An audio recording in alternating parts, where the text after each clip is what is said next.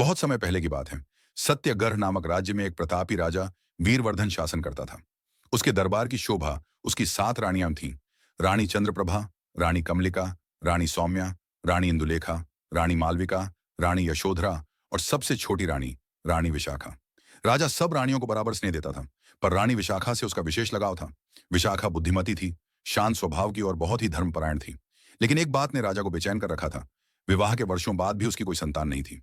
एक दिन राजवैद्य ने गुप्त रूप से राजा से मिलकर कहा, महाराज, राजमहल में एक शुभ संकेत देखा गया है। किसी रानी के गर्भवती होने के संकेत हैं। राजा चौंक गया। उसने तुरंत रानियों को बुलावा भेजा और एक एक कर सबसे मिलकर स्थिति को समझना चाहा। पर कोई भी रानी कुछ कहने को तैयार न थी। सबने साफ इनकार कर दिया। परंतु राजा को उनकी आंखों में कुछ छुपा हुआ नजर आया, विशेषकर रानी विशाखा की आंखों में। अगली सुबह राजा ने गुप्तचर सेनापति विक्रम को बुलाया। मैं जानना चाहता हूं कि कौन रानी गर्भवती है, राजा ने गंभीर स्वर में कहा, और यह भी कि मुझसे बात छुपाई क्यों जा रही है। विक्रम ने सिर झुकाया। जो आज्ञा महाराज। अगले कुछ दिनों तक महल में चुपचाप पर गहरी हलचल रही। विक्रम ने महल के भीतर और बाहर हर गतिविधि पर नजर रखी। उसने सेविकाओं से लेकर रसोई की दासियों तक से बात की। फिर एक दिन उसने राजा को एक छोटी सी पुड़िया दी। महाराज, ये एक दवा की पुड़िया है जो गर्भस्थ शिशु की सुरक्षा के लिए दी जाती है। ये रानी विशाखा की दासी ने राजवैद्य से ली थी। राजा स्तब्ध रह गया। तो रानी विशाखा? विक्रम बोला। संभावना तो यही है, परंतु महाराज, एक बात और है। यह दवा उस वैद्य से ली गई है जो जंगल में रहता है और राजमहल से निष्कासित था। राजा का माथा ठनका। तो यह कार्य गुप्त रूप से किया गया है। पर क्यों? रात को राजा ने रानी विशाखा से अकेले में मिलने का निश्चय किया। चांदनी रात थी। महल की बालकनी में रानी विशाखा अकेली बैठी थी। राजा वहां पहुंचा और सीधे प्रश्न किया, क्या तुम मुझसे कुछ छुपा रही हो विशाखा? रानी की आंखों में एक झलक डर की आई। फिर उसने सिर झुका लिया। महाराज, मैं आपको कोई पीड़ा नहीं देना चाहती थी। क्या तुम गर्भवती हो? राजा की आवाज में मिश्रित भाव थे, आशा, संदेह और क्रोध। रानी ने धीमे से उत्तर दिया, हाँ महाराज। राजा एक पल को स्थिर रह गया। फिर पूछा, तो फिर तुमने ये बात छुपाई क्यों? रानी की आंखों से आंसू निकल पड़े। उसने कहा, क्योंकि मैं जानती थी कि अन्य रानियां इस बात को स्वीकार नहीं करेंगी। इस महल में वर्षों से संतान की चाह थी।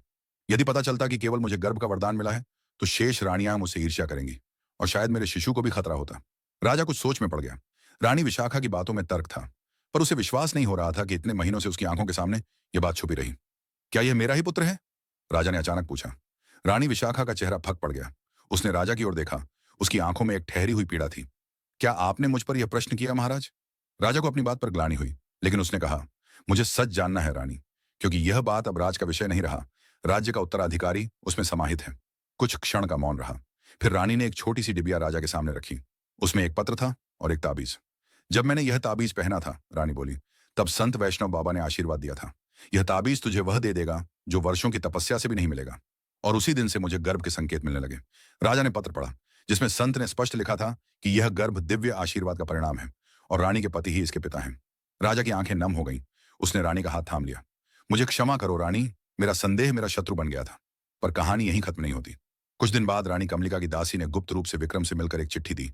उसमें लिखा था, राजा को लगता है कि केवल रानी विशाखा गर्भवती है, पर सच ये है कि और भी एक रानी, रानी यशोधरा, गर्भवती है। पर यह गर्भ किसी और का है, राजा का नहीं। यह पत्र महल में एक नए तूफान की आहट थी। अगर आप जानना चाहते हैं कि आगे क्या हुआ, तो कमेंट करके जरूर बताएं।